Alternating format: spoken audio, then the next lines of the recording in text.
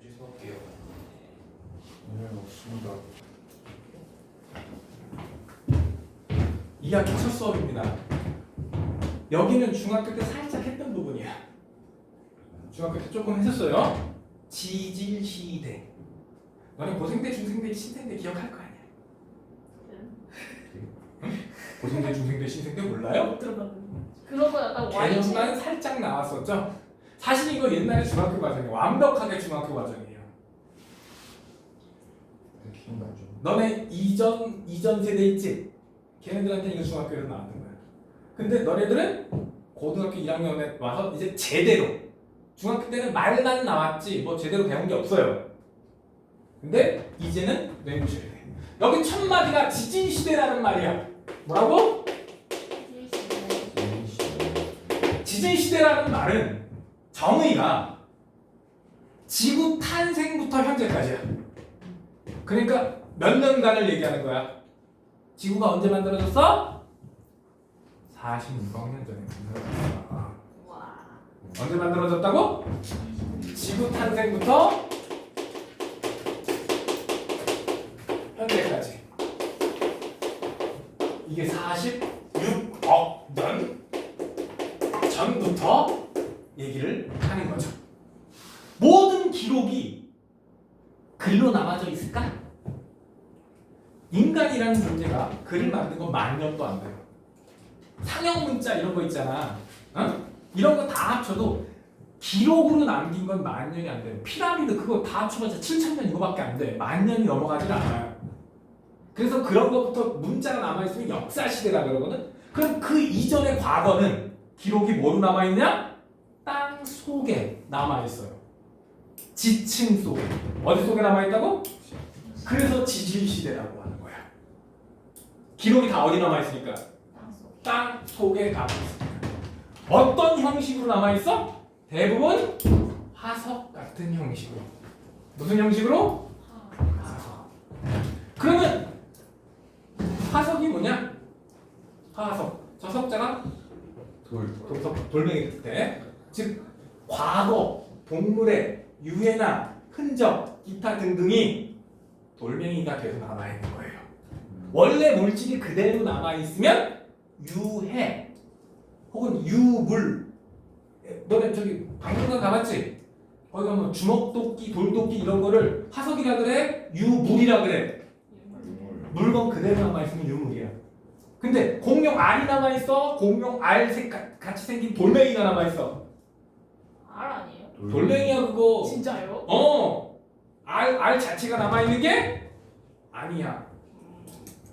그러니까 성분이 석화되어 있는 거예요. 돌멩이로 변해 있는 거예요. 그런 걸 뭐라 그래? 화석이라고 해. 근데 그러니까 화석이 뭐야? 생물의 유해나 흔적이 지층에 남아 있는 건데 무슨 형태로 변해서? 돌로 변해서 남아 있는 거예요. 한번 돌이나 갖다가 공룡 어리라고 하면 되잖아요. 아니 생긴 게 다른데. 그리고 그 공룡 알에 그 특유의 그 조직이 있거든요. 그런 조직까지 닮아요. 화석이.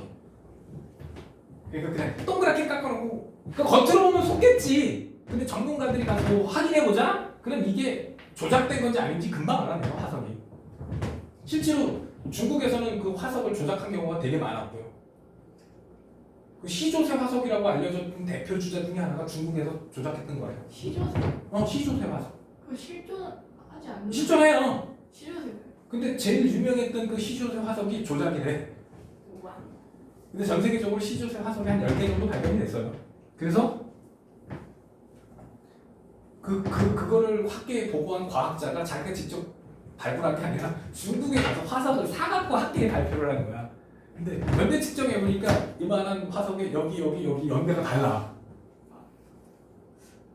그러면 그 화석을 조작한 새끼는 어떻게 그 시조새랑 거의 똑같은 모양으로 조작을 했을까?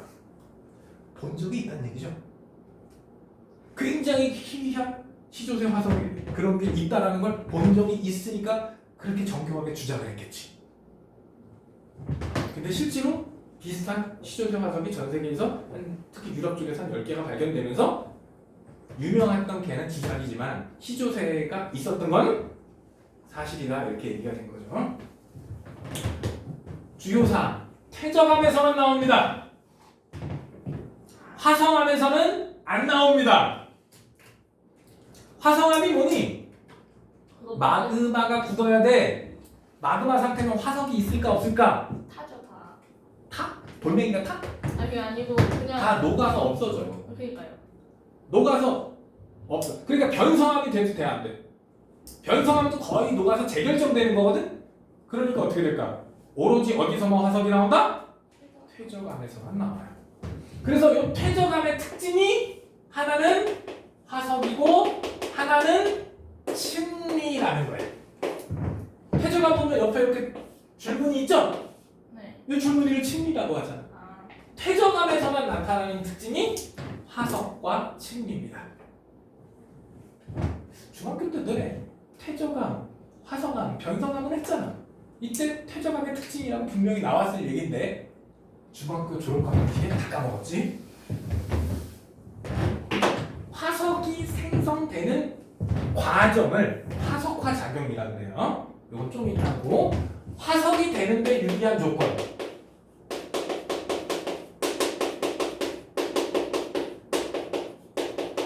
정확하게는 화석이 되는데 생성 조건이 아니라 화석이 되는데 유리한 조건과 필수 조건이에요. 화석이 되는데 유리한 조건과 필수 조건. 어제 다 적었어? 개체수가 어떻게 된다? 대답 좀 해, 이 사람아.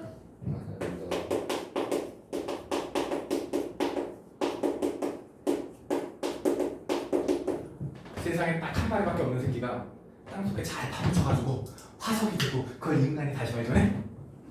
확률이 얼마나 될까? 사실상 없는 거랑 마찬가지겠죠? 두 번째, 딱딱한 부분이 있어야 돼. 단단한 부분이 있으면 화석이 되기에 유리해요. 그럼 상식, 해파리는 화석이 있을까 없을까? 있어요. 왜냐? 네. 워낙 쪽수가 많았었어요. 지금부터 해파리 한번 바다에 찬 거라면 어때? 해파리 국대죠 그냥. 바다가 그냥 해파리로 덮이잖아요. 아주 과거에도 해파리가 졸라 많던 시절이 분명히 존재를 해요. 그러니까 그 말랑말랑한 애들 있지? 걔네들도 화석이 있기는 있어요. 필수 조건이 아니고 화석이 되기에 유리한 조건이에요. 오케이? 그리고 빨리 매몰돼야 돼. 어떻게 된다?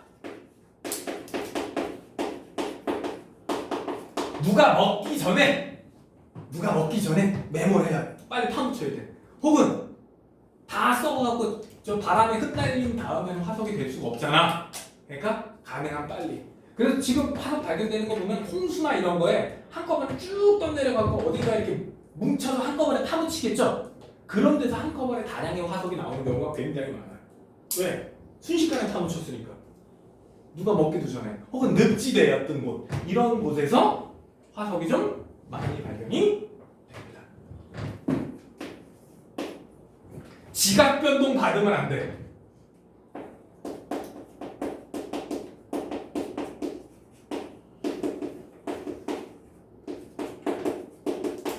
지각 변동이라는 게 앞서 뭐야? 마그마에 의해서 녹아버리면 안 된다라는 거야. 변성암이 돼버리면 안 된다. 근처에 마그마가 들어왔어. 그럼 녹아서 있던 게 없어지겠죠. 그래서 지각 변동 받으면 안 된다. 혹은 풍화작용으로 부서져 나가도 우리가 발견할 수가 없어요. 마지막으로 화석화 작용을 받아야 돼요.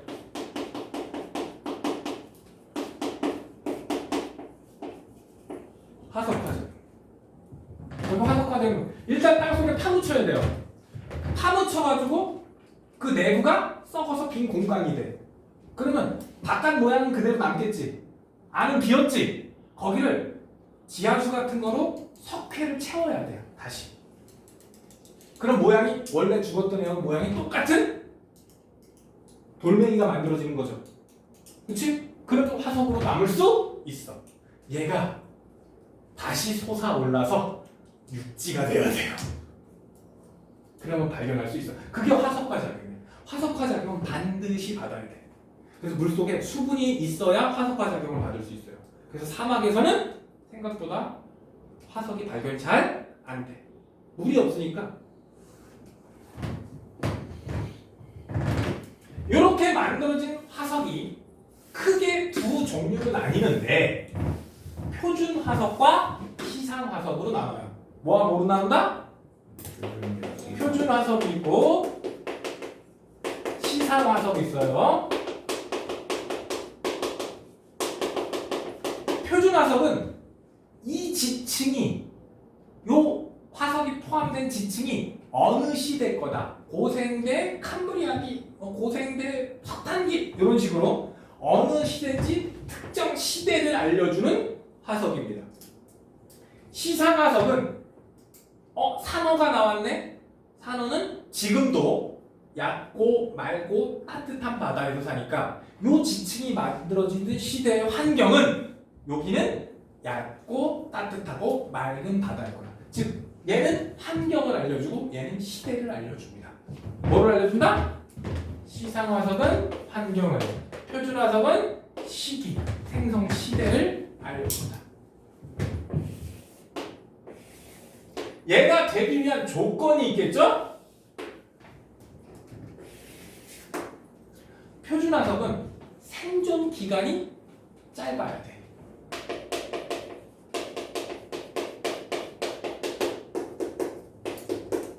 요 말을 살짝 바꾸면 특정 시대에만 산다.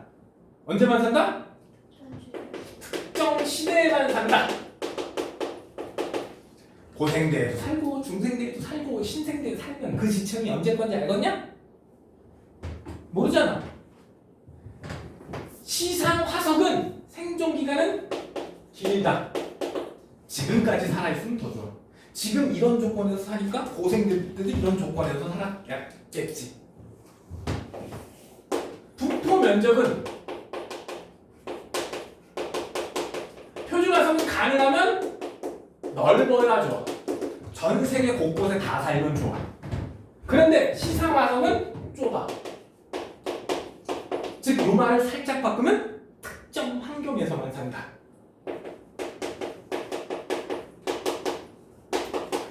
예를 들어서 사막에서도 살고 바닷가에서도 살고 산 꼭대기에서도 살고 수풀 지역에서도 살고 건조 지역에서도 살고 이래버리면 그 환경이 어떤지 알 수가 있어 없어?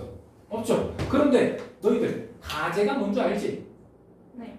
가재, 열무거 뭔지 알지? 열무거는 몰라요. 송사리 같은 거예요? 물고기 종류인데 계곡 맑은 물에서만 살아요. 1급수에서만 산다고 걔네들은. 어디서만 산다고? 더러운 물에서는 못 살아. 근데 니네가 산에 가서 딱 봤더니 가재가 있어. 그럼 무슨 뜻이야? 일교수네. 맑은 물이야. 즉 뭐를 보고? 화석을 보고 뭐를 알았어? 환경을 알아냈죠? 그래서 얘는 뭘 알려준다? 환경을. 얘는 시대를 알려준다. 청자 이런 거 어느 시절이야? 청자. 고려? 고려 이게- 청자. 그렇게 유명하죠? 네.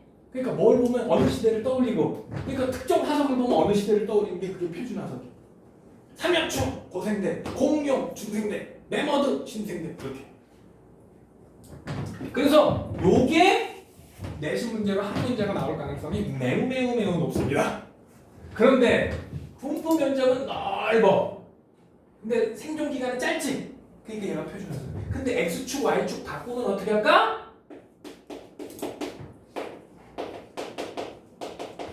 분포 면적은 넓은데 생존 기간 짧으면 얘가 표준 화석이 될 것이고 얘가 시상 화석으로 위치가 바뀌겠죠. 뭘로 나올지는 나도 몰라. 나온다면 둘 중에 하나야. 그럼 이거 나오면 뭐부터 봐야 돼? x축?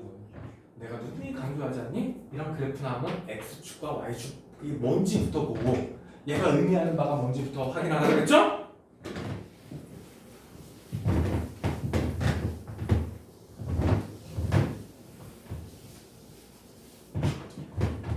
그래서 각각의 표준 화석 토탈 10개 정도를 암기를 하셔야 돼요. 고생대! 아이고 계속 삑소리 난다. 소리 너무 질렀다. 씨.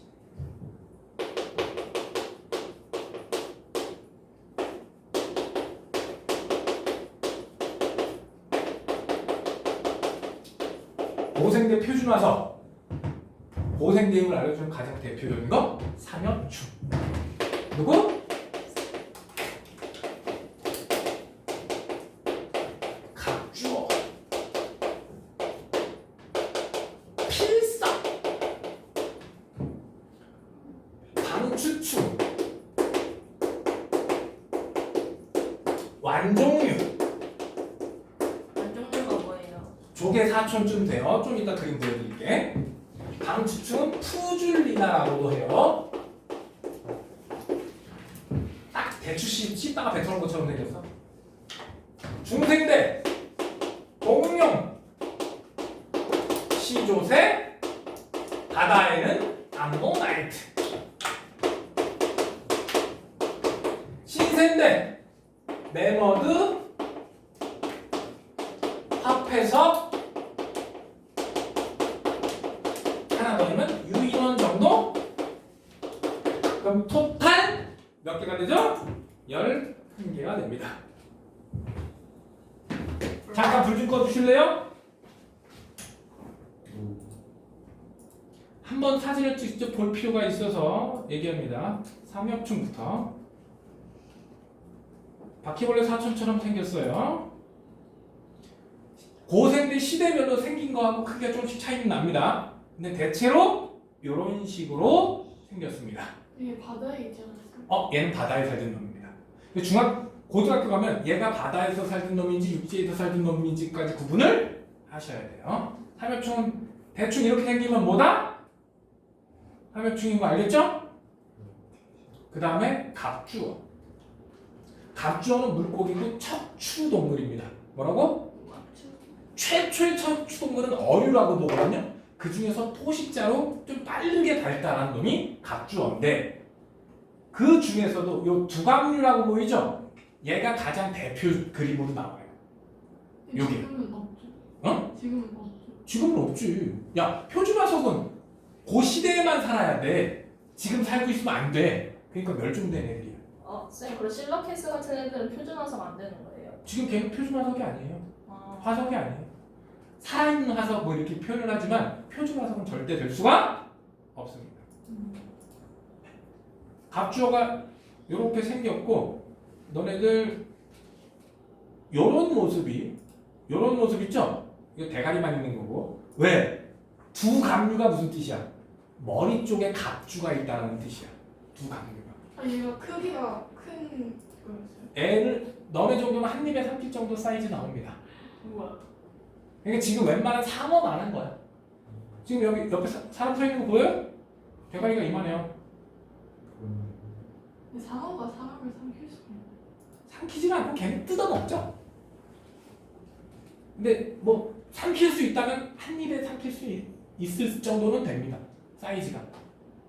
가장 대표적인 사진이 요런 모습의 사진이 나오는 경우가 가장 대표적이에요. 왜 불을 꺼진지 알겠지? 명확하게 좀 보라고. 오케이? 얘가 누구라고? 갑주어. 아마 시험에 나오면 이 두각류 그림이 가장 나오기 쉬울 겁니다. 그 다음에 필석이라는 거. 필석 사진, 이건 상상도예요. 이런 모습이 얘기는 꼭 무슨 우주선처럼 생겼는데 야 이게 아니라 그 밑에 요게 가장 대표적인 필석 그림이에요. 시험에 나올 때 가장 많이 나오는 그림. 근데 가끔은 요 밑에 거 있지, 요거 요것만 그림 주고 필석 이러는 경우가 있어요. 아주 그지 같죠? 이 그림 봐봐. 이게 필석이래. 근데 이거를 필석으로 모의고사나 이런 쪽에 나온 예는 거의 없고 대부분 이런 그림을 주고요. 가끔씩 요 밑에 요거 있지? 요것만 보여주고 나오는 경우도 있는데 대부분 이 그림을 다 주고 얘기를 합니다. 해파리 4촌쯤 되는 놈입니다.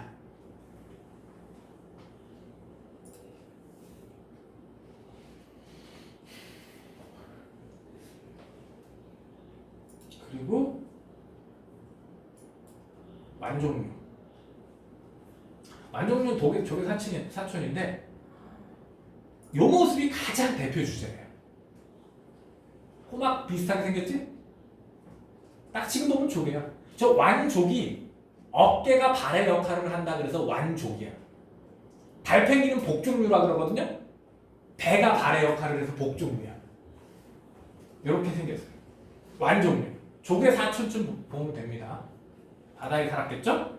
대표적인 모습이 이런 모습이에요. 다 생긴 게 어때? 비슷비슷하죠? 완종류가 이런 모습으로 생겼습니다. 내가 여러 가지를 보여주는 이유는 대표 그림 하나 정도는 머릿속에 넣어야 되고 혹시 변형시켜서 나올 수 있으니까. 그리고 마지막으로 방추축. 푸줄리나라고 부르는 방추축. 요 그림이 가장 대표적인 그림이에요. 요 그림이 방추축의 가장 대표 주제예요. 근데 이거 봐봐. 딱 진짜 대추씨 뱉어놓은 것처럼 생기지 않았어? 이거 보고 누가 방추축이라 그럴까? 이거 보고 누가 방추축 그냥 조약돌 주워 왔다 그러지. 방추축 같아요? 시 뱉어놓은 것 같아. 시험에는 보통 요 그림을 가장 많이 줍니다.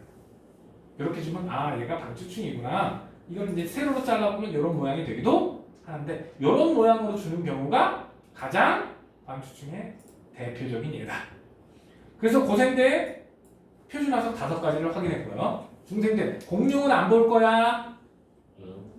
너무 많이 알잖아. 시조새로 넘어갈 거야. 얘도 공룡 아니에요? 공룡과 새의 중간쯤 돼요. 이게 얼마나 커요? 어? 닭 정도? 닭 사이즈? 좀 더 큰 것도 있다고 했는데 정확하게 모르겠어요. 닭 정도는 되는 걸로 알고 있어. 그래서 얘는 초식 동물이에요. 에?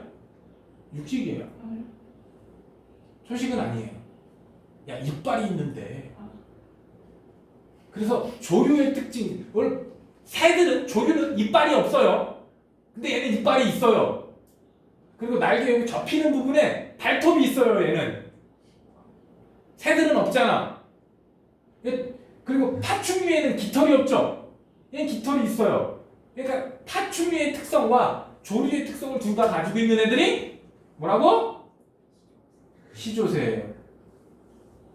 이상한 애들이 등장하나? 요 그림이 시조새 화석의 가장 대표 주자 그림입니다. 대가리가 뒤로 꺾여 있죠? 근데 여기 보면 뭐가 보여? 깃털의 흔적이 보이죠? 그치? 요게 시조새. 그리고 여기 끝에 보면 이거 발톱이 보여요. 새들은 날개 끝에 발톱이 없잖아. 근데 얘는 있어요. 얘가 그 가짜인 애 아니에요? 어? 얘인지 누군지 정확하게 모르겠어요. 2000년인가 2001년인가 하여튼간 짝퉁 이거 가짜라고. 이게 가짜였던가? 아니 근데 걔는 여기 딱 보면 색깔이 3개는 나눴는데 이거였던가? 뭐가 가짜가 있었어요. 근데 보면은 얘하고 얘는 같은 그림입니다. 저 이렇게 화. 요거랑 요거는 같은 그림이라고. 대가리 꺾여진 각도 봐봐요. 완전 똑같아요. 그린 거예요? 어? 그린 거예요? 사진을 어떻게 찍었느냐의 차이점이에요. 근데 얘는 완전히 다르죠. 그렇죠. 얘는 완전히 다르지. 얘도 어때? 얘하고 얘는 같은 거예요. 대가리 꺾여진 각도가 똑같아. 얘는 좌우가 바뀌었어요. 얘는 또 다른 애죠. 이런 식으로 한 10개 정도가 발견됐는데 가장 대표적으로 나오는 거는 요 놈입니다. 대가리 뒤로 꺾이네. 모가지가 뒤로 이렇게 다 꺾였죠. 얘가 가장 시조새의 대표 주자입니다. 그리고 암모나이트. 지금 보면 앵무조개처럼 생겼어요. 뭐처럼 생겼다? 앵무조개처럼 생겼어요. 이렇게. 이런 식으로 생겼는데 크기는 손톱만한 새끼부터 한 2m 정도 지름이 이거보다 더 사람 지름이 2m 사이즈까지 되는 것까지 있다 그럽니다. 발견하면 이따시만한 거 아니면 큰 돈 안 돼요. 왜냐? 너무 많이 발견됐어. 그러니까 혹시 어디 퇴적암 지역, 우리나라 뭐 퇴적암 지역 가서 얘네들이 발견됐다. 그럼 그냥 집에 갖고 가시면 됩니다. 호들갑들 필요 없이. 다만 얘처럼 보석처럼 변해 있는 애 있지? 얘네들은 얘기가 좀 달라진다는 겁니다.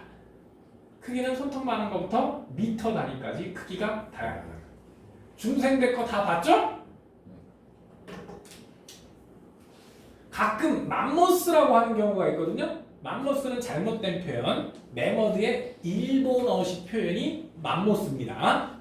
그러니까 매머드라고 하는 게 맞아요. 근데 매머드는 화석도 있지만 유해도 발견돼요. 얼음 속에 발견이 되기도 해요. 매머드.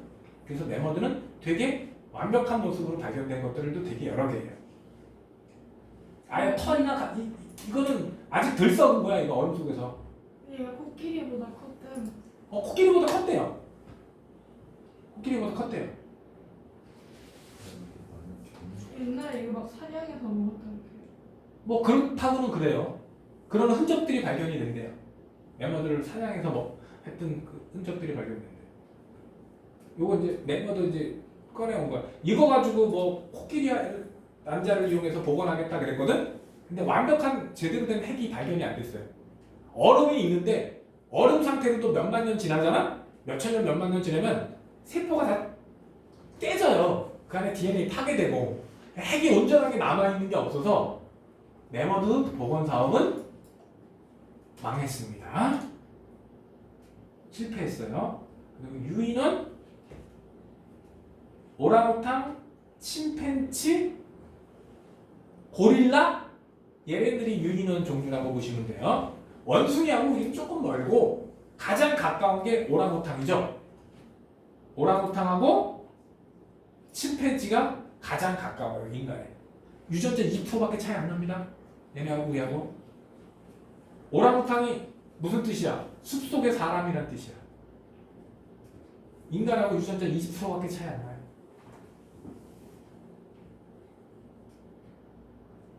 이런 게 이제 유인원이라고 얘기할 수 있는 거야. 오랑우탕, 침팬지, 고릴라. 그래서 대충 우리 인류의 조상이 한 500만 년쯤 전에 갈라져 나오지 않느냐. 쟤들 진화 과정에서. 이렇게 얘기를 합니다. 그리고 신생대 화폐석. 화폐석은 생긴 게 동전같이 생겼다 이래서 화폐석이에요. 너네들 이거 보고 화폐석이라고 할 수 있겠냐? 그냥 동그란 돌멩이 같이. 근데 이렇게 안에 이렇게 동글동글한 모양이 있어요. 화폐석은 마치 옛날에 쓰던 동전 있지? 그런 모습이다. 그래서 화폐석이에요. 그래서 이런 모습으로 보여주는 경우가 대표 주자입니다. 이렇게 보여주든지 화폐석에 또 다른 요 밑에 요 그림처럼 보여줘요. 동그란 거 잘라요. 그래서 이 그림에 나오는 애들이 가장 대표적인 모습의 표준화석이에요. 못 빠졌어요. 푸줄리는 하나 빠졌지 고생대에서. 그래서 여기서 유인원 빠졌죠? 설마 유인원은 몰아보지는 않을 거고. 그래서 대충 몇 개? 11가지 정도의 표준화석을 외우면 완벽합니다. 더 외울 필요 없습니다. 한 번씩 잘 봤지? 불 켜. 지금 가야 되는데 화석을 통해 과거 추론하기 이랬는데 한경 알 수 있다 그랬죠?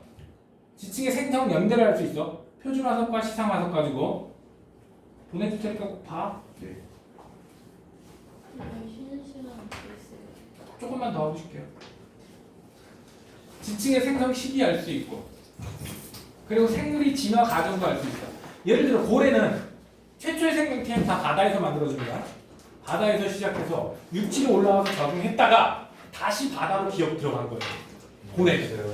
그래서 고래 종류들은 꼬리가 이렇게 돼 있어요. 포유류 종류들은 꼬리가 이래요. 오케이? 지느러미가. 근데 물고기 종류들은 이렇게 돼 있어요. 그래서 상어는 꼬리 지느러미가 서 있거든. 근데 고래는 누워 있어요. 그래서 고래들은 이렇게 헤엄치고요. 상어 종류들은 이렇게 헤엄칩니다. 꼬리 모양을 보면 저 새끼가 상어인지 고래인지 구분이 가요. 고래상어인데. 응? 고래상어. 상어야 돼. 꼬리가 서 있어. 아. 고래만큼 커서 고래인 줄 알았는데 알고 보니까 상어였던 거야. 아. 그래서 이름이 고래상어.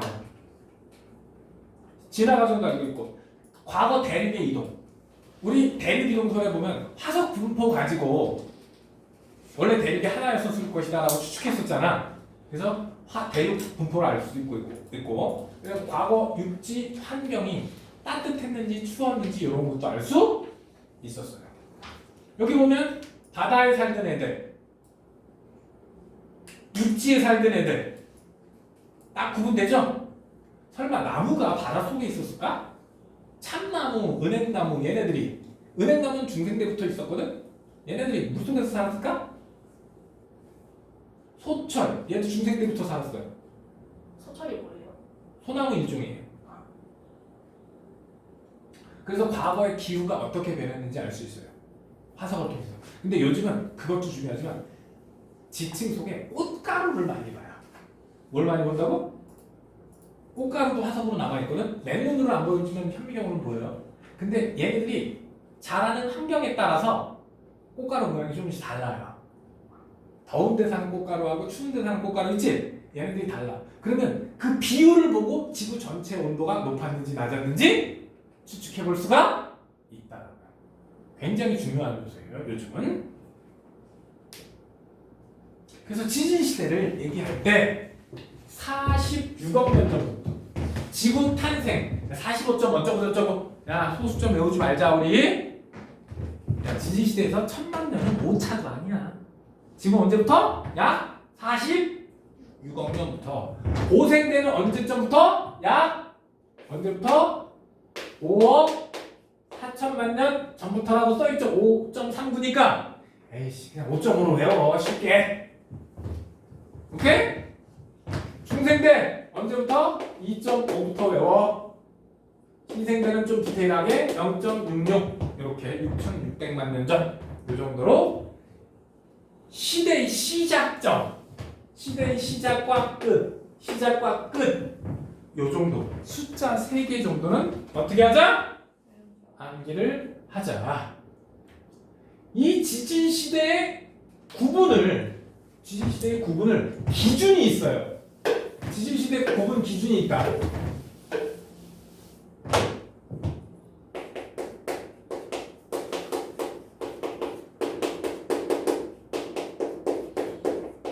두 가지인데 첫째 생물계의 큰 변화.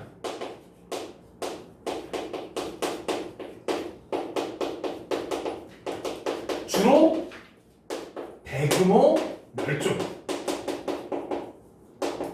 여러 종류가 한꺼번에 멸종될 때를 그 시대의 끝으로 봐요. 그래서 저 밑에 나오는 그림에서 저기 보면 A하고 E가 여기서 한꺼번에 없어졌죠. 밑에서 지층은 밑에 게 옛날 거니까 올라오면 한꺼번에 없어졌죠. 여기서 2개만 가지고 예를 들었는데 시험에는 보통 3개 정도 없어지는 걸로 얘기 들어요. 3개, 4개 없어지는 걸로. 한꺼번에 여러 개 멸종, 대규모 멸종이 그 시대의 끝으로 봅니다. 또 하나, 대규모 지각변동.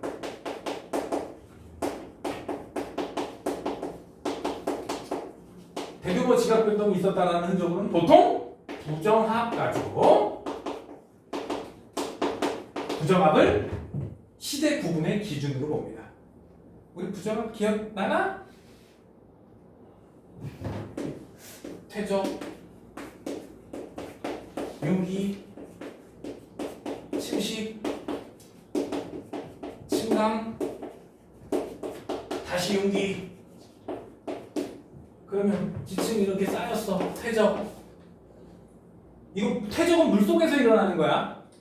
퇴적은 어디서 일어난다고? 물속에서 낮은 지형에서 일어나. 근데 얘가 물 밖으로 솟아나와. 그 물 밖으로 나오면 풍화작용에 의해서 깎여나가요. 침식, 퇴적 융기, 침식. 다시 또 가라앉아요. 그리고 그 위에 다시 쌓여. 그럼 요 층은 얘하고 얘는 시대 차이가 굉장히 많이 나겠지. 그거를 부정합이라고 해요. 특히 위하고 아래가 평행하면 평행 부정합. 근데 평행 부정합은 찾기가 어떨까? 쉬울까 어려울까? 어려워요. 그래서 거기에 이렇게 동글동글하게 돌멩이를 그려줘요. 얘를 기저여감이라 그래요. 뭐라고 한다고? 그래서 이상한 돌멩이를 그려놨네 이러면 부정합이라고 생각하시면 됩니다. 평행 부정합에는 100의 99는 기저여감을 그려줘요. 근데 경사 부정합은 뭐는? 지층이 쌓였다가 지층이 수청평으로 쌓였다가 특곡이 돼. 뭐가 된다? 그 다음에 솟아올라. 침식돼. 그리고 다시 가라앉아. 그러면 요 지층하고 위에 지층이 어때? 경사져 있죠? 그래서 경사부정합. 그러면 부정합이 여기가 딱 보여 안 보여? 그래서 경사부정합은 보기가 되게 편해요. 근데 여기도 보통 기저여감을 표현해주기는 합니다. 부정합이 있다는 얘기는 아래층과 위층 사이에 시대가 굉장히 큰 시간 갭이 있죠. 그래서 그 시대를 시대의 구분선으로 보통 이 두 개가 일치하면 시대의 구분선으로 써주는 겁니다. 보통 두 개가 거의 일치를 해요.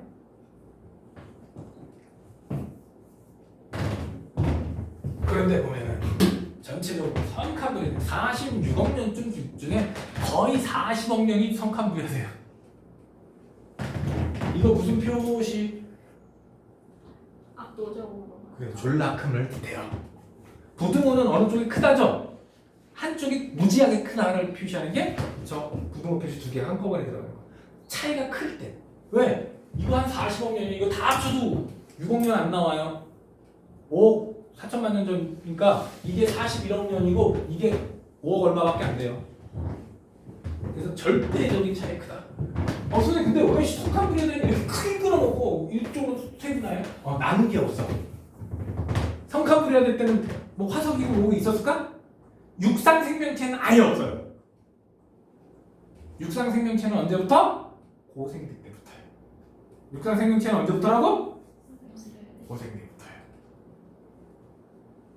지표면에 생명체가 없었다. 다 생명체가 어디 있었다? 자외선 때문에. 자외선 맞으면 생명체가 어떻게 되지? DNA가 파괴돼서 뒤져요. 즉 성칸부리아들 때는 오존층이 없었어요.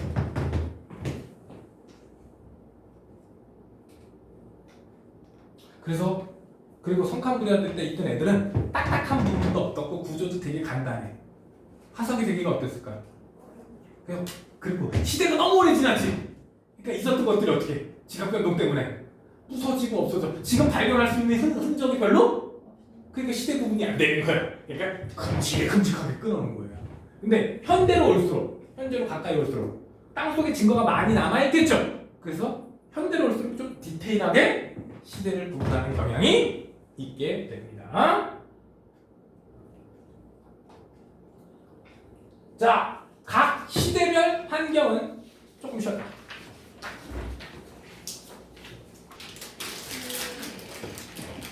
자, 빡세게 하고 집에 가야지. 지질시대의 환경, 성칸부리아대 때 시험에 많이 낼 수가 없어요. 왜? 증거가 별로 없어요. 그래서 몇 가지 포인트 알려드립니다. 첫째, 빙하기. 뭐라고? 최소 2회 이상 있었을 것이다. 왜 최소라고 그래? 몰라. 증거가 다 없어져갖고 한 2번 이상은 있었던 것 같아. 근데 최소는 몰라요. 지구 역사에 보면 20몇억 년 전인지 그때는 적도까지 얼어 있었대요. 적도까지. 지구 전체가 얼음 덩어리가 됐었던 역사가 몇 번 있대요. 근데 그러니까 최소 2회 이상.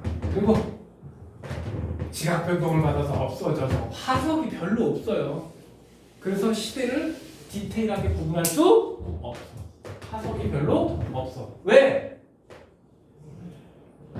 다 없어졌고 애초에 잘 되지도 않고. 근데 한 가지 특징이 있죠. 아직 오존층이 없었다. 뭐가 없었다? 오존층이 없었어. 그러니까 생명체가 전부 다 어디? 바다 속에 있었던 겁니다. 어느 날 대가리 한 번에 아씨 저 자외선 때문에 못 살겠네? 그리고 계속 물속에 사는 거야. 얘들아 너네 물 1cm면 자외선 거의 다 막아요. 우리 집에 랩 있지? 랩 한 겹이면 너네 자외선 차는데 처방하고 다니는 것보다 랩 한 겹이 자외선 더 잘 막아요. 못 믿겠어? 그러면 팔에다가 랩 감고 햇빛에 태워봐. 랩 감은데 잘 안 타고 바깥쪽은 되게 많이 탈 거야. 대신 쪄 죽는 건 책임 안 질게요. 랩은 수분이 안 빠져나서 잘해요. 비닐 한 겹이면 거의 대부분 자외선을 막을 수 있어요. 자외선 차단제보다 오히려 효과가 좋습니다. 쪄주는 건 책임 안 집니다. 그러다가 고생대 시작될 때쯤 오존층이 생겨요. 완성이 그때쯤 돼요. 근데 오존이 O3거든? 얘는 산소가 있어야 만들 수 있는 애예요. 선캄브리아 늑 때는 최초의 광합성 세균, 최초의 생명체가 태어나요. 저 최초의 생명체는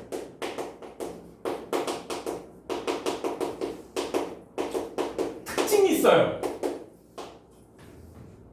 불러봐. 어제 적은 거. 불러보라. 안 적었어? 암기시키느냐 그런다. 얘기해보라고. 니 너무 꽉 닫고 있는 거 좋은 거 아니야.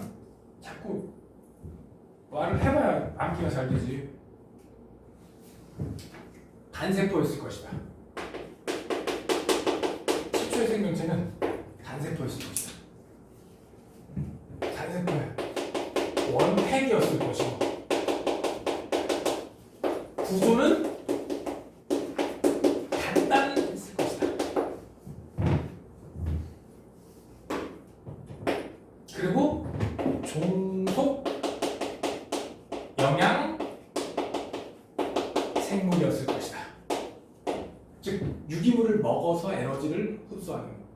그리고 하나를 더하면 현기성, 즉 산소가 없는 조건에서 사는 놈이었을 것이다. 이 5가지 정도 특징을 보시면 됩니다. 지구상에서 최초의 유기물이 되게 많았어요. 뭐 벼락치고 이래서 벼락에 의해서 만들어진 유기물이 되게 많았어요. 그게 수억 년 동안 쌓였거든.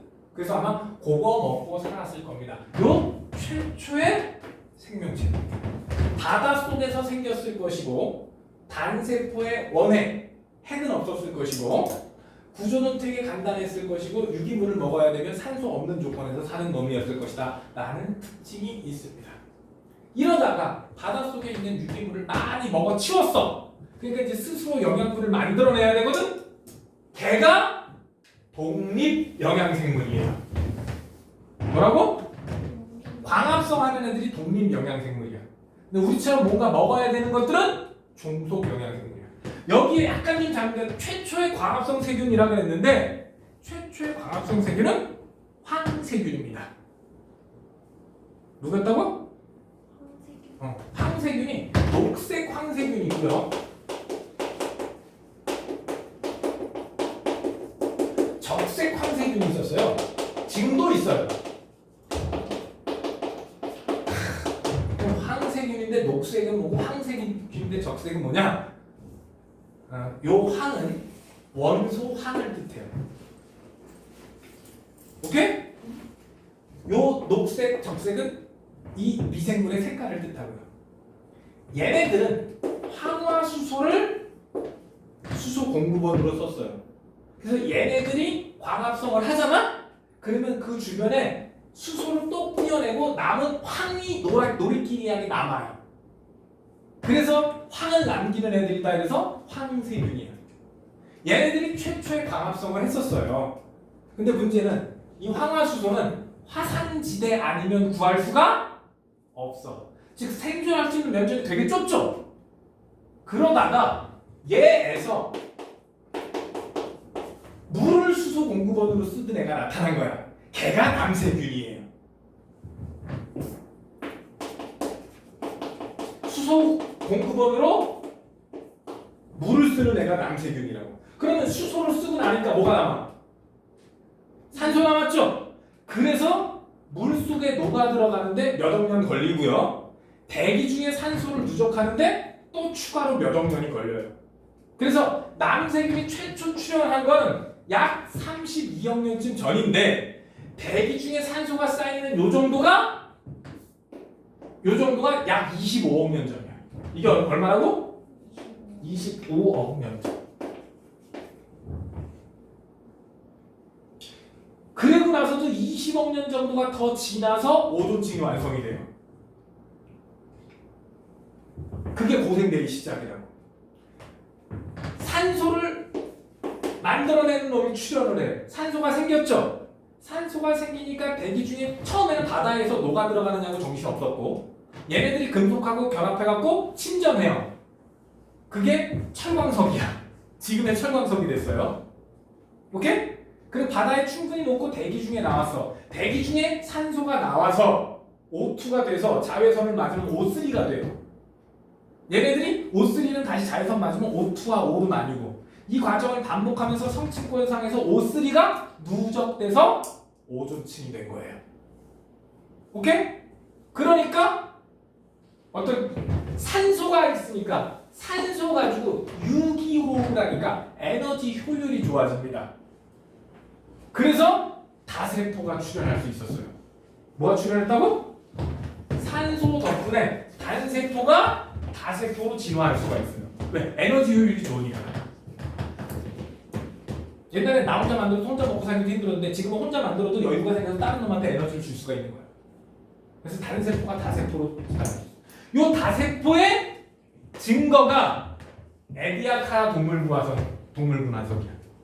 남세균의 증거가 스트로마톨라이트라는 놈이고 남세균의 증거가 뭐? 스트로마톨라이트. 근데 왜 남세균보다 황세균이 먼저? 황세균이 먼저였고 쟤네들이 남세균으로 진화했다 이렇게 볼 수도 있을 거야. 최초의 광합성 생물은 황세균이 아니에요? 얘네들이 최초야. 근데 왜 남세균이에요? 너네들은 그냥 산소를 만드는 최초의 광합성이라고 이해를 하시면 될 거예요. 그럼 황세균은 왜 오지 말아요? 지금 너네들이 알아두면 좋고 몰라도 상관없는 거예요. 그러니까 최초라는 말은 너희들이 아마 시험에 안 낼 가능성이 커요. 산소를 만드는 최초. 그냥 광합성을 하는 최초. 너네들 책에서는 광합성을 하는 최초의 세균? 그러면 남세균이라도 맞았다고 해주면 돼요. 그런데 그냥 광합성 하는 세균들 있지? 남세균이면 먹은 광합성을 하는 세균들 통칭 사이아노박테리아라고 해요. 박테리아가 세균이란 뜻이야. 뭐라고? 박테리아는 사이아노박테리아라고 하면 그냥 광합성 세균의 총칭이라고 보시면 돼요. 남세균도 포함하고 황세균까지 다 포함한 그룹이야 저기가. 그러니까 아마 그냥 스트로마톨라이트에 연결되려면 남세균이 맞아요. 그래서 실제로 스트로마톨라이트가 지금도 마치 산호처럼 남아있어요. 그럴까요?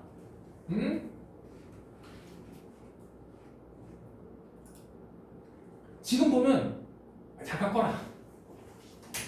이게 스트로마톨라이트들이에요. 산호처럼 이렇게 계속 층을 구성하면서 점점 커져요. 그래서 그걸 쪼개서 보면 이렇게 줄무늬가 보이거든? 이게 남세균의 흔적이에요. 남세균의 흔적. 물속에 이런 식으로 남아있어요, 지금도. 남세균은 지금도 있고요. 바닷속, 얕은 바닷속에. 광합성 하니까 햇빛이 필요하겠지? 근데 니네들 이거 보면 뭐라고 생각할까? 그냥 돌멩이. 그치? 근데 얘네가 스트로마톨라이트라고 그걸 이렇게 깎아가지고 예쁘게 만들어 놓은 것들. 얘네가 스트로마톨라이트 남아있는 것들을 얘기를 해요. 하나하나 보면은 요런 그림을 주기가 제일 편할 거야. 요런 그림을. 얘가 스트로마톨라이트, 남세균의 흔적입니다. 오케이? 아직은 오존층이 없으니까 육상 생명체가 없었던 거야. 그런데 이제 성칸브리아대가 끝나고 고생대가 시작될 때, 뭐가 시작될 때? 이때는 대기 중에 산소가 거의 30%까지 올라갑니다. 그래서 엄청 큰 곤충들이 출현을 해요. 잠자리가 한쪽 날개 길이가 80cm, 즉 잠자리가 이빨씨만 했다는 얘기죠. 쌤만 했다고요? 날개 피면 이만했죠. 대형 곤충의 세상. 산소 농도가 크면 곤충들도 사이즈가 커진대요. 실제 연구 결과가 나와 있고요. 그리고 너희 그 진해는 아니고 그 놀이개 이런 애들이 알지? 그 돈벌레. 걔네들 한 3m. 지금도 아프리카란다. 그 엄청 밀림 같은 데 가보면 가죽이 벌레라고 치는 게 낫겠다. 얘네들 있잖아. 우리 주변에서 많이 보이는. 특히 얘. 아 얘는 좀 얘가 이거 돈벌레라 그러지? 보통. 얘네들이 한 2m, 3m. 아, 그죠? 너네들 타고 다닐 수도 있을 거야. 물론 그때 사람은 없었죠. 요 종류는 큰 거는 지금도 미터급 애들이 있답니다. 이런 애들 좀 귀여워. 얘가 귀엽다고? 얘 애완동물로 쓰잖아요. 아, 돈벌레보다 얘가 더 징그러운 거. 그래. 돈벌레는 그래도 돈벌레 같은데. 얘는 지네인데? 아유 지네는 그 나중에 생긴 거예요. 얘는 곤충하고 조금 다르고. 근데 송충이랑 돈벌레랑 뭐야? 송충이 완전히 다르죠. 송충이랑 돈벌레는 완전히 다르죠. 송충이는 그냥 애벌레 좀. 그냥 걔는 애벌레. 근데 돈벌레도 애벌레 아니에요? 얘는 애벌레가 아니에요. 애벌레는 보통 얘가 나중에 뭔가를 탈피를 하거든? 애벌레는? 근데 얘는 뭔가를 안 변하잖아. 그럼 송충이도 탈피를 해요? 송충이는 나방으로 탈피하잖아요. 아 그래요? 이런 종류들은 솔잎 먹고 이런 애들은 대부분 얘네들은 나중에 나방 종류로 변하는 애들이 대부분이란 말이야. 그래서 걔네들 애벌레라는 거죠. 그래서 실 뽑아가지고 매달려 있잖아. 근데 얘네 털 때문에 이제 있다는 상황이 벌어지기도 하지. 하여간 대형 곤충의 세계다. 뭐의 세계다? 그래서 육지에 대형 곤충.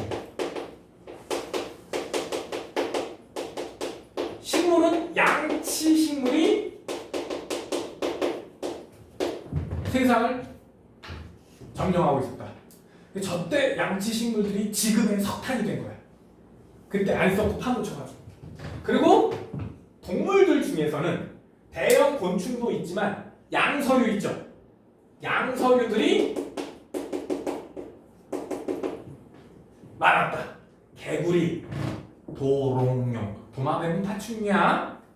도롱뇽이 양서류고, 바다에는 아까 얘기했던 삼엽충, 필석, 완종류 이런 애들 있지? 걔네들이 있었고, 육지에는 얘네들이 있었다. 그리고 후기 때 거시식물이 출현했다. 뭐가 출현했다? 파충류하고 거시식물은 고생 때 후기쯤 출현했으니까 그 다음 시대에 어때야 돼? 번성해야 되지?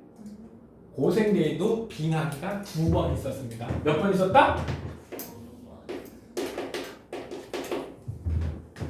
고생대 빙하기 몇 번?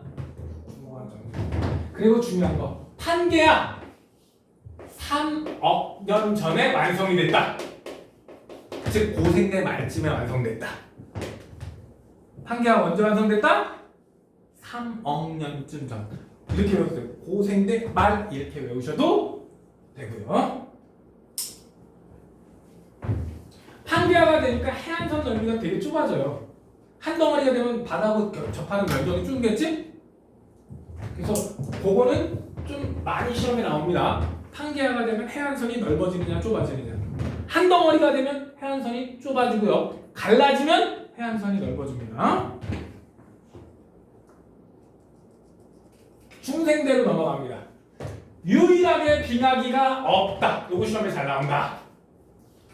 유일하게 빙하기가 없어요. 다른 시대는 빙하기 다 있어요. 근데 얘는 빙하기가 없어요. 판게아가 쪼개집니다. 판게아가 분리되는데 언제부터? 2억 2천만 년 전부터. 즉 중생대 초창기쯤. 저게 쪼개진다는 얘기는 지각 변동이 굉장히 활발했다는 뜻이야. 뭐라고? 지각 변동이 활발했다. 그래서 대서양이 생겼어요. 대서양은 고생대 때 없었습니다. 대서양 판게아가 분리되면서 만들어진 바다야.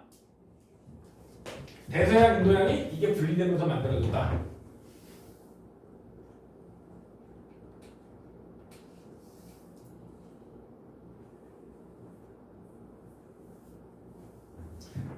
공룡, 육지에는 누가? 동물 중에서는 공룡이 번성을 했고, 식물은 거시식물이 번성을 했어요. 뭐가 번성했다? 어딨지? 거시식물. 파충 공룡 그러니까 공룡이 파충류니까 거시식물 얘네가 번성을 했고 호유류가 생겨나요. 호유류는 고생대 초창기 때 나와요. 나오기는 근데 쥐새끼 종류들이 있지 설치류 얘네들이 대부분이었고 대형 설치류 별로 없다가 공룡이 멸종하고 나니까 번성을 하는 거야. 그리고 은행나무, 소나무, 뭐 소철 이 정도가 거시식물의 대표 주자입니다. 그래서 지금의 은행나무를 뭐라 그래? 살아있는 화석이라 그래요. 그때하고 유전자가 거의 변한 게 없대 은행나무는. 포유류는 초창기 시조새가 나왔다. 그리고 후반기 때 속시식물이 출현했다. 이 식물은 그러니까 어떻게 양치식물, 거시식물, 속시식물로 출현했다고 보면 돼. 동물은 물속에서 어류, 양서류, 파충류, 조류, 포유류 이 순서라고 보시면 되고. 거시식물 초창기. 어? 거시식물 초창기. 중생 때 전체 번성을 했어요. 처음 나온 거는 고생 때 말에 거시식물이 출현을 했고. 뭐가 궁금했던 거지? 거시식물이 먼저 나오고 속시식물이 나중에. 거시식물이 진화해서 속시식물이 됐다고 생각해도 돼. 얘가 진화한 거예요? 그렇게 생각해도 돼.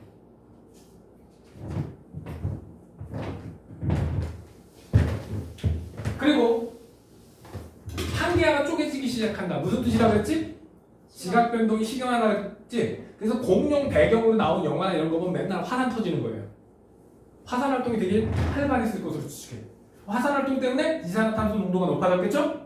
그래서 지구가 전체적으로 온난해서 빙하기가 없었을 것으로 추측합니다. 신생대로 넘어갑니다.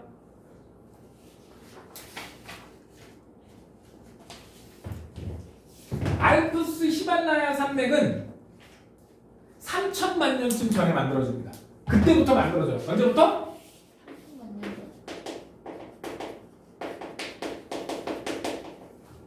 이때부터 만들어져요. 사실 인도 대륙이 유라시아 대륙하고 부딪혀갖고 히말라야 산맥이 되거든? 근데 신생대 초창기 있죠? 그때는 인도 대륙은 남반구에 있었어요. 북반구에 안 있었어요. 올라와서 유라시아 대륙과 충돌한 게 3천만 년 전부터예요. 지금도 히말라야 산맥은 해마다 키가 큽니다. 아직도 1년에 한 3cm씩 큽니다. 그래서 해발 4,000m 정도 가면은 조개무덤 같은 거 나와요. 옛날에는 뭐였다?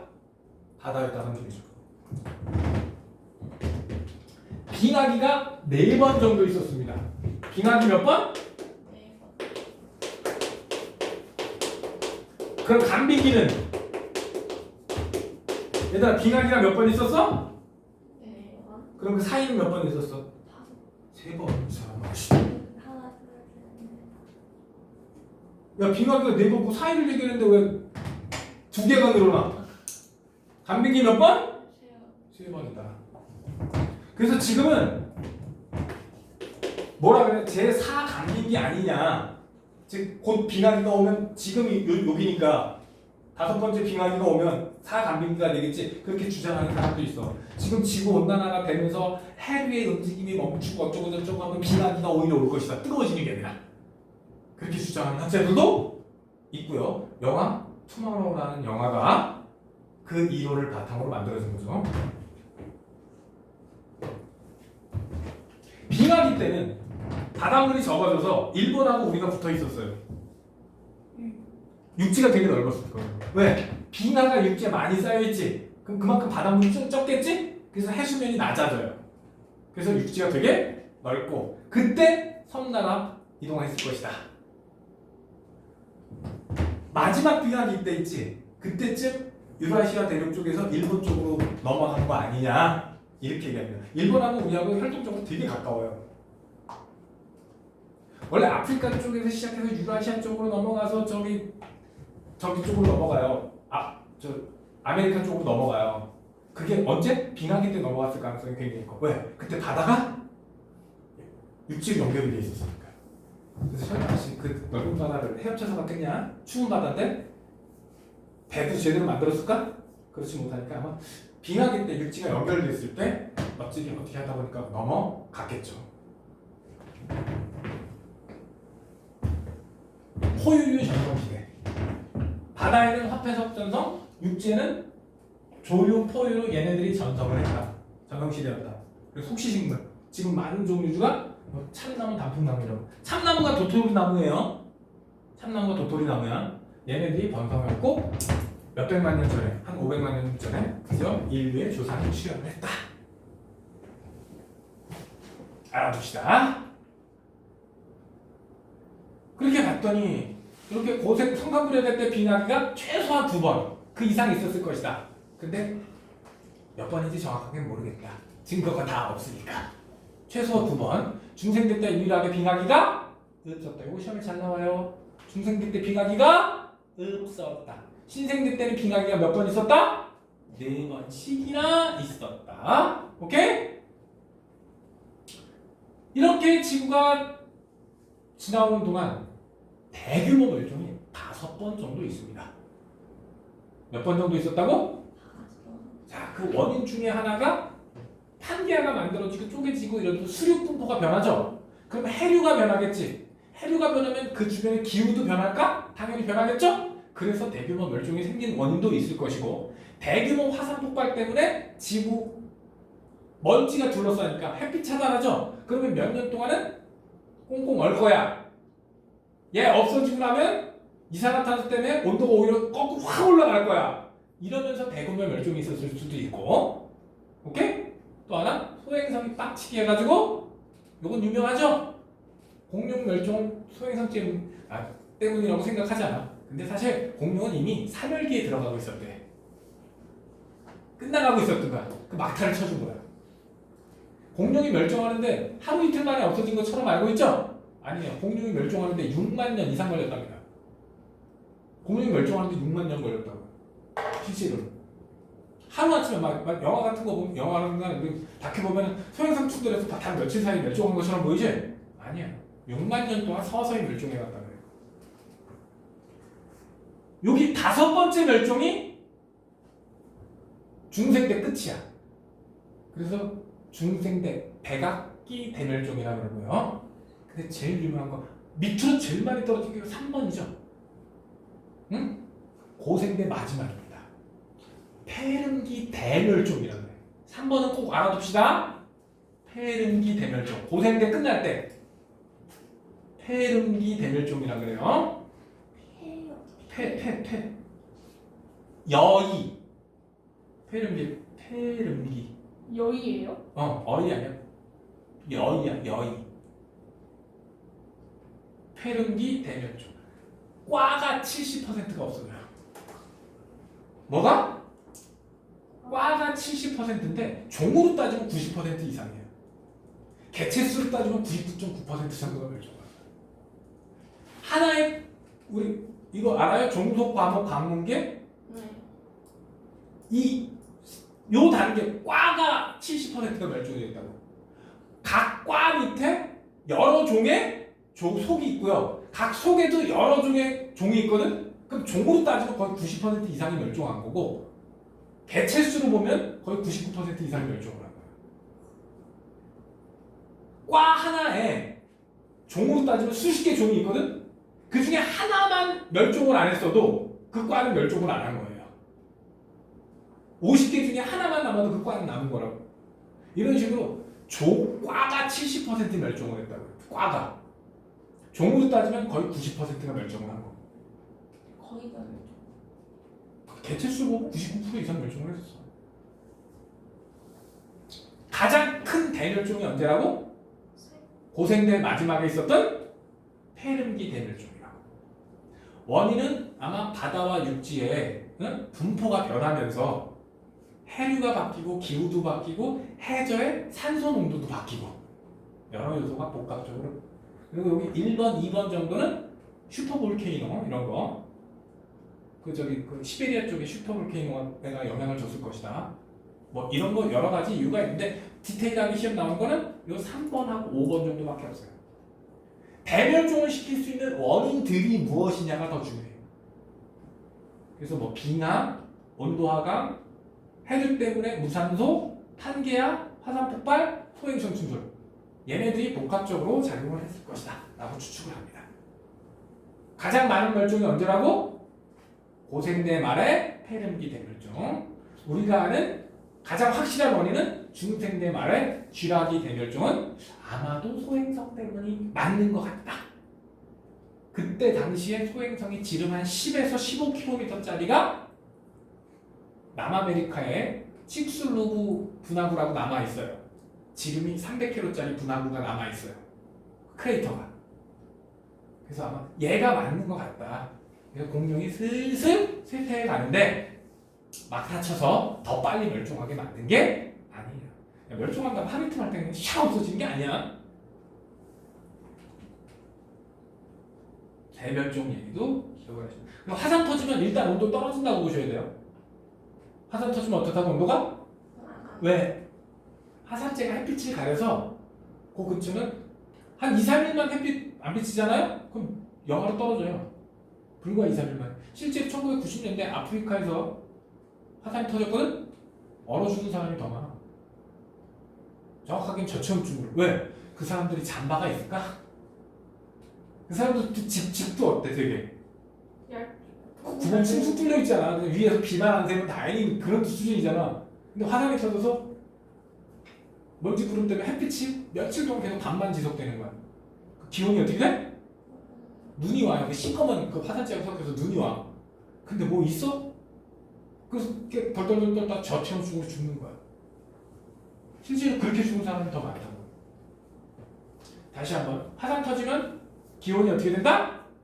떨어진다. 그리고 그 화산대 다 내려오고 난 다음에 혹시 지구온난화가 있을 수 있는데 여러분들은 거기까지 안 따지고 화산 터지면 기온이 떨어진다. 먼지 때문에. 자, 이렇게 대멸종을 하잖아요? 누군가한테는 기회야. 생태계 밑대가리 누가 없어져 주잖아? 그럼 그 밑에 있는 애들은 기회가 와요. 누가 득세할지는 환경에 얼마나 적응했느냐에 따라 달라지겠죠? 그러니까 생물 종이 다양해지는 거예요. 누가 하나 멸종할 때마다 새로운 종들이 득세를 하니까 생물의 종류가 되게 다양해요. 대멸종이 5번이고 째잘한 멸종까지 하면 훨씬 많아요. 솔직히 중생대 때 포유류도 있었다고. 쬐깐한 대부분 공룡 알이나 훔쳐먹고 쓰레기나 먹고 살고 뭐 이런 종류들이 있었는데 지금 포유류 전성시대가 됐잖아.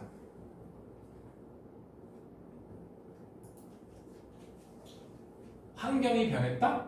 새로운 종이 번성할 수 있는 기회가 되는 거지. 어떻게 보면. 그러다 하는 얘기는 다양한 종으로 번성할 수 있는 계기가 되고 여기 보면 순서가 이렇게 쭈루룩 나오는데 이건 그냥 참고만 하세요. 이거 가지고 외울 생각하지 마시고. 자, 그래서 나오는 얘기가 그 다음에 어떻게 생물의 종이 다양하게 늘어났느냐. 변이와 자연선택. 그거로 얘기한 생물의 진화. 변이가 차이점이야. 너네 사람마다 코 모양이 다 똑같으니? 눈 모양이 다 똑같아? 근데 눈이라는 건 있는데 조금씩 차이 나지? 그걸 변이라고 하는 거야. 근데 원래 부모나 이렇게 조상 중에 전혀 없었던 변이가 갑자기 나오면 돌연변이라고 하는 거고. 쉽지? 여기 무당벌레 등무늬가 어때? 무늬가 있는 건 알지만 위치나 크기, 색깔이 조금씩 어때? 얼룩말 있죠? 걔네 그 줄무늬 조금씩 다 달라요. 표범 있지? 그 얼룩무늬도 조금씩 다 달라요. 그 차이점이 뭐라고? 변이. 너네들 키 크기도 다 변이고 머리 크기도 다 변이고 다리 길이도 다 변인 거야. 왜 그 변이가 나타날까? 물론 너네들 눈 모양을 결정하는 유전자가 있겠지. 네 유전자하고 내 유전자하고 똑같겠니? 99.9%는 똑같을 거야. 0. 몇 % 차이가 날 거야. 너네 중학교 때 우성, 열성 배웠지? 우성 유전자하고 열성 유전자가 얼마나 차이 날 것 같아? 염기 1000개짜리 정보다 이러면 몇 개 차이 날 것 같아? 2, 3개밖에 차이 안 나요. 심한 경우는 하나, 염기 하나, 심한 경우는 10개 이상 차이 나는 경우는 별로 없어요. 우성, 열성이 거의 똑같은데 아미노산으로 따지면 1, 2개밖에 차이 안 나요. 그럼 염기 세월도 몇 개만 차이 나야 돼? 몇 개 차이 나면 안 돼요. 그 하나하나가 생명에 치명적이지 않은 위치에 있으면 그 그것이 변입니다. 생명이 치명적이면 어떻게 될까? 뒤져요. 태어나지 못해요. 왜냐면 태어났다가 일찍 죽든지. 변이는 왜 생긴다고? 유전자가 다양하니까. 변이가 나타나는 원인. 결국 돌연변이가 조금씩 축적되는 거야. 오랜 시간 동안. 그럼 유전자가 종류가 어떨까? 되게 다양하겠지? 그래서 변이가 다양해. 거기서 생식세포 만들면서 또 재조합을 해요. 생식세포 만들 때 양쪽 부모님이 똑같은 생식세포를 만들 확률이 75조분의 1밖에 안 돼요. 75조분의 1밖에 안 돼요. 너는 감수분열 조금 배웠지? 감수분열 만들 이감색체 만들어서 이감색체가 이거 나눠질 때 있지? 그 경우의 수만 해도 2의 23승 가지고요. 교차라는 게 있어요. 이감색체 만들었을 때 유전자 일부를 이렇게 엄마가 준 거랑 아빠가 준 거랑 조금씩 교차해서 갔거든요? 교차. 무작위 수정. 이런 거 따지면 75조분의 1이래. 즉 형제간 유전자가 똑같은 확률이 사실상 없어. 그만큼 유전적 다양성이 어떻다? 높다. 유전적 다양성이 높으면 높을수록 멸종 확률이 줄어들어요. 환경이 변했을 때 다 똑같은 유전자 갖고 있으면 같이 멸종해서 끝장나요. 그런데 유전적 다양성이 크면은 뭐가 크면은 유전적 다양성이 크면은 다양한 유전자를 만들어서 유전자가 다 다르잖아? 그러면 환경이 변했을 때 많은 수가 죽어도 한두 마리, 몇 마리는 환경에 적응해서 살아남을 확률이 높아요. 상대적으로. 그럼 멸종은 안 했지. 그럼 얘네가 이제 득세하는 거네? 그럼 얘네가 갖고 있던 형질이 발전을 해서 새로운 종이 되는 거야.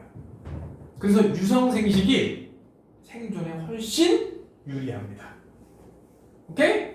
형질은 왜 차이가 있다고? 유전자가 차이 나니까. 모성생식보다는 유성생식이 생존에 유리하다. 다양한 유전자, 다양한 자손. 유전자가 다양하니까 형질도 다양하게 나타납니다. 자연선택. 봐봐. 초록색 벌레들하고 파란색 벌레들이 있어. 근데 나무는 무슨 색깔이니? 나뭇잎은? 초록색이. 그럼 새가 누구를 더 잘 잡아먹을까? 한마디로 눈에 잘 띄는 놈.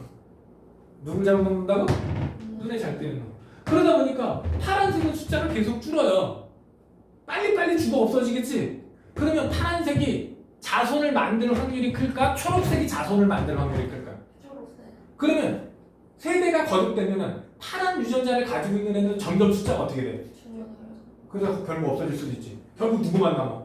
초록색. 자연선택이 이런 거야. 즉 주변 환경이 내가 살아남을지 멸종을 할지를 결정하는 거. 그게 자연선택이야. 자연 상태에서 변이, 즉 생긴 모양에 따라서 변이에 따라서 환경에 다르게 적응을 해요. 누구는 적응을 잘해서 잘 안 잡아먹히고 누구는 늘 잡아먹힐 걸 걱정하고 살아야 돼. 그래서 환경에 적응하기 유리한 형질을 가진 개체가 더 잘 살아남아요. 이런 거를 적자생존이라 그래. 유리한 놈이 살아남는다. 적자생존. 근데 그게 유리할지 불리할지는 누가 결정을 해? 그게 자연선택. 자연선택에 의한 적자생존이라 그러는 거예요. 뭐라고? 자연선택과 적자생존. 오케이? 그래서 실제로 공업 암화라는 현상이 있었어. 실제로 영국에서 있었던 사실인데 산업혁명 이전에 영국 런던 주변에 나무들은 나무 껍데기에 흰색이 가까웠어요. 뭐에 가까웠다? 나무가 무슨 색? 흰색이었어요. 껍데기가. 여기에 검정색 나방과 흰색 나방이 있었는데 산업혁명 이전에는 개체 수가 이랬단 말이야. 흰색, 나무가 무슨 색이니까? 흰색이지? 까만색 애들이 눈에 띄어서 잘 잡아먹혔어. 근데 산업혁명이 돼서 엄청나게 석탄 떼갖고 오염이 많이 됐겠지? 숲이 어떻게 됐어? 이 나무가 검해졌지. 이때 검정 나방과 흰 나방을 봤더니 이렇게 변했다는 거야. 이제 주변이 시꺼매졌으니까 누가 눈에 잘 띄어? 그러면 이때 적자는 누구고? 흰색이지. 이때 적자는 누가 살아남을지는 누가 결정했어? 그게 자연선택. 쉽죠? 그거를 실제로 실험한 게 요거야. 배경 빨간색에다가 몇 가지 색깔을 놔. 제일 먼저 눈에 띄는 거 하나 끄지 마요. 눈 탁 돌다가 또 제일 먼저 눈에 띄는 거 끄지 마요. 그리고 남은 개수만큼 추가를 해. 똑같은 걸. 그랬더니 빨간 배경에는 처음에 10개 있었거든?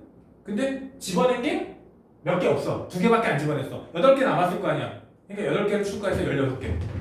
그런데 노란색은 처음에 10개 있었는데 3개밖에 안 남았어. 3개 추가해서 6개가 됐고, 초록색은 4개가 남아서 4개 추가해서 8개가 된 거야. 요거 몇 번 반복하면 누구만 남을 것 같아? 결국은 빨강만 남을 거예요. 왜? 배경이 빨가니까 눈에 잘? 근데 그 배경을 뭐로 바꾸면? 초록으로 바꾸니까 누가 많이 남게 돼? 초록이 남게 되죠? 뭐를 보여주는? 자연 선택을 보여주는 가장 재밌는 실험 중에 하나입니다. 딱정벌레, 이거 공허방하고 비슷하죠? 원래 흙은 똥색에 가깝죠? 그러니까 까만 애들이 많이 잡아먹혀요. 그리고 색깔이 회색이나 이런 애들이 오히려 덜 잡아먹히고. 근데 산불이 홀라당 났네? 새까맣게 끌렸어. 그럼 누가 살아남기 유리해진 거야 이제? 자연선택이 된 거야. 환경이 바뀌면 누군가는 생존에 유리하고 누군가는 생존에 불리하게 됩니다. 그것이 뭐다? 자연 선택이다. 그럼 누가 살아남을지, 어떤 애들이 살아남을지가 결정나죠. 그러면 그 살아남은 애들은 새로운 종으로 진화할 수가 있게 되는 거야. 항생제 내성도 마찬가지. 지금은 항생제 내성 없는 애들이 찾아보기가 힘들어요. 지금은. 네, 항생제를 아주 썩내가지고. 자연계에 내성균과 내성이 없는 세균이 있어. 한번 약을 딱 쳐요. 그러면 내성이 없어서 다 죽지는 않을 거 아니야. 그래서 내성이 있는 애들은 그대로 살아남고, 원래 내성 있는 애가 더 적었는데, 원래 얘네들 찌질이 마이너한 애들이었어. 메인이 아니었어. 근데 갑자기 메인으로 등극했죠. 그리고 내성이 없는 놈하고 내성이 있는 애들이 똑같이 번식을 해. 오케이? 근데 약이 또 들어왔어. 번성을 했는데 약이 또 들어와. 그럼 얘네들은 멸종할 확률이 크겠지. 누구만 남아? 내성 있는 애들만. 여기서 자연 선택이 뭐야? 항생제가 있다 없다가 자연 선택이 되겠죠. 내성이 있는 애들이 살아남았다? 적자 생존. 또 다른 예, 남모양 적혈구 도전증. 이거 우리 요번에 배웠지? 남모양 적혈구 빈혈증이 뭔지. 원래 이게 정상 적혈구고 병 있는 사람이 이래서 지독한 빈혈에 시달리고 이렇게 살아야 돼. 지금이야 뭐 골수이시되는 방법이 있지만 옛날엔 힘들었어요. 근데 아프리카 가보면 저유전자 갖고 있는 사람 되게 많아요. 우리나라에는 몇백만 명 중에 한 명밖에 없어요. 100만 명 중에 한 명? 뭐 이 정도밖에 없어요. 근데 아프리카 가면 퍼센트 단위로 가지고 있어. 100명이 몇 명 이렇게 갖고 있어. 왜? 말라리아 때문에. 말라리아 원충이 여기선 잘 살아요. 여기선 못 살아요. 말라리아 원충이 다 크기 전에 적혈구가 먼저 파괴돼. 원충이 집이 부서졌지? 같이 죽어요.